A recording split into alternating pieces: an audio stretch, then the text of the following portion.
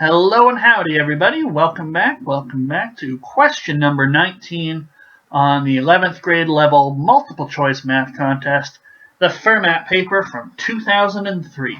Not to be confused, of course, with the 2003 Hypatia, which is still a grade 11 contest, and it's a great contest, but it's got written answers, and you can find those. I'll have that done shortly for you.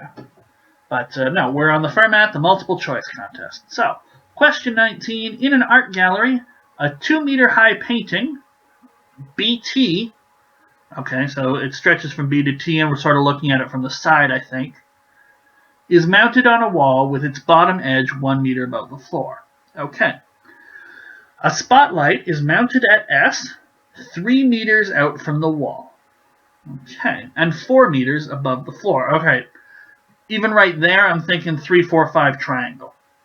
Just because a 3, a 4 up here, and I see a right angle at F. The size of angle TSB is closest to. So they have the angle highlighted that we want. I'm thinking we'll probably need to use trigonometry, and we'll almost certainly need to use our calculator. Okay? So let's draw the picture for ourselves, and we can see what we can see.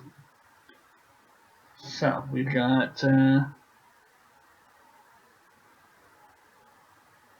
of a trapezoid almost. That's 4, 1 here, 2 here, 3 here, right angles everywhere that we can see almost. And the angle that we want is specifically this one right here. Okay. What to do? Am I missing any information? I don't think I'm missing anything. No. TSFWB. TSFWB. TSFWB.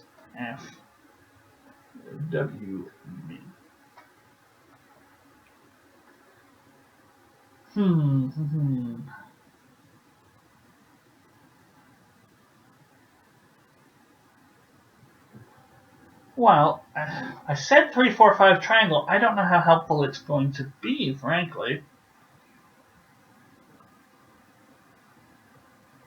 Am I sure I'm not missing anything? I feel like I'm missing something. No. Okay.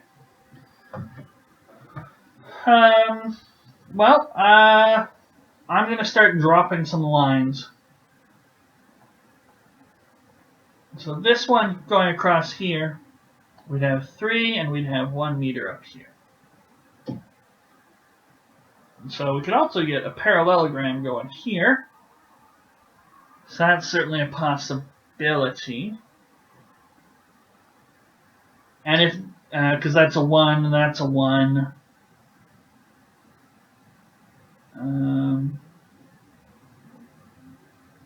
they both have the same length as well. So you can just drop this guy over here at 1. So then that's also a 3. So we've got this, let's call this point, I don't know, I. SIWB is a parallelogram. And so this angle up here is the same as this angle right here, which, since it's a 3 and a 3, this should be 45.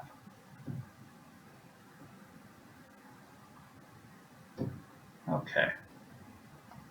I'm going to draw this a little bigger.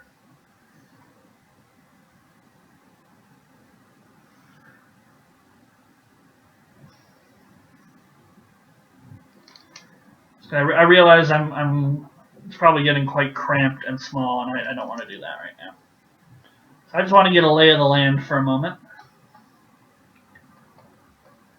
I'm going to drop this perpendicular over here at I. And he creates a parallelogram here. And then, of course, there's this that I can drop over here. Well, I'll call it J. And this is 45. This angle is also 45. And we had some points, P, B, top and bottom, wall, floor, I guess, and spotlight up there. Okay. So I know this is 2, this is 1, this is 1, this is 2, this is 1, and this is 3. We've got a bunch of 45-degree angles. I also know that if this is 45, and this is a right angle, then this has got to be 45. And 2 45s mean that these have got to be 135s. So that means that this angle and this tiny little angle add up to 135. Okay, exterior angles there. Is there anything else we can do with this? Oh, never mind. I don't need any of this at this point. In green, if I just highlight this triangle right here, triangle sit. It's got 3, a height of 1, and so that should be enough using trigonometry to get this angle here and subtract off the 45. Okay, we've got a game plan.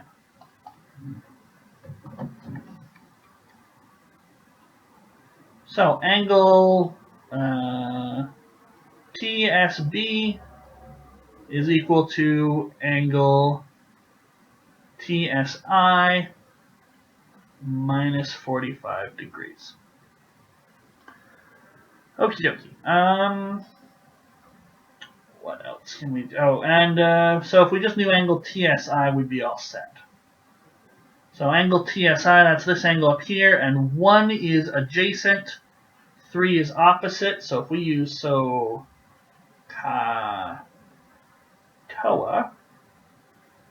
then tangent of angle TSI is the opposite, which is 3, over the adjacent, which is 1.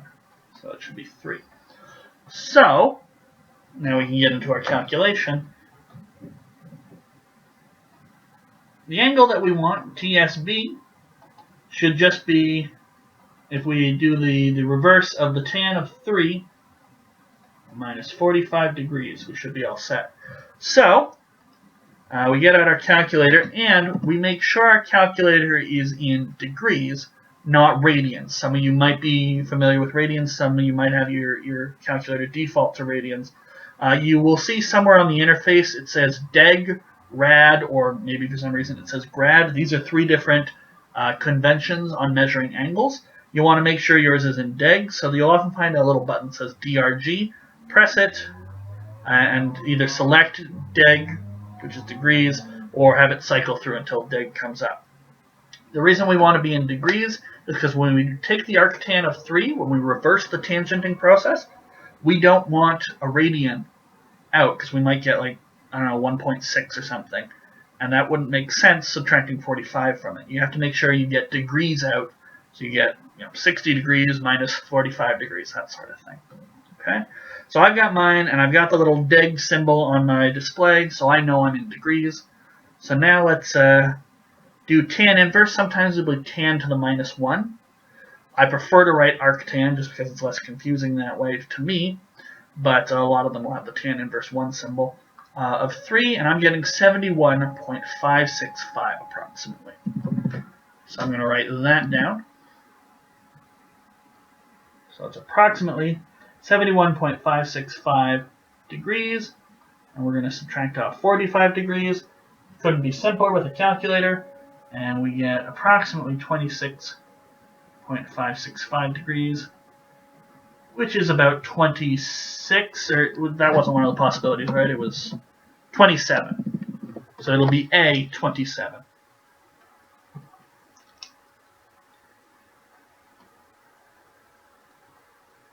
Okay.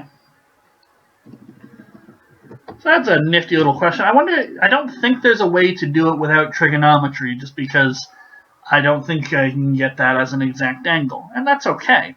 Because, trig is important, but it's interesting to see if somebody could have done it without their calculator. I don't think that's possible. Let me know if you did. but I'd be very impressed to hear how you did it without a calculator. In the next video, we're going to take a look at question number 20, and that should wrap up part B, and then we'll get on to the last 5 questions, which form part C. So thank you for watching, and I shall see you next time for question 20.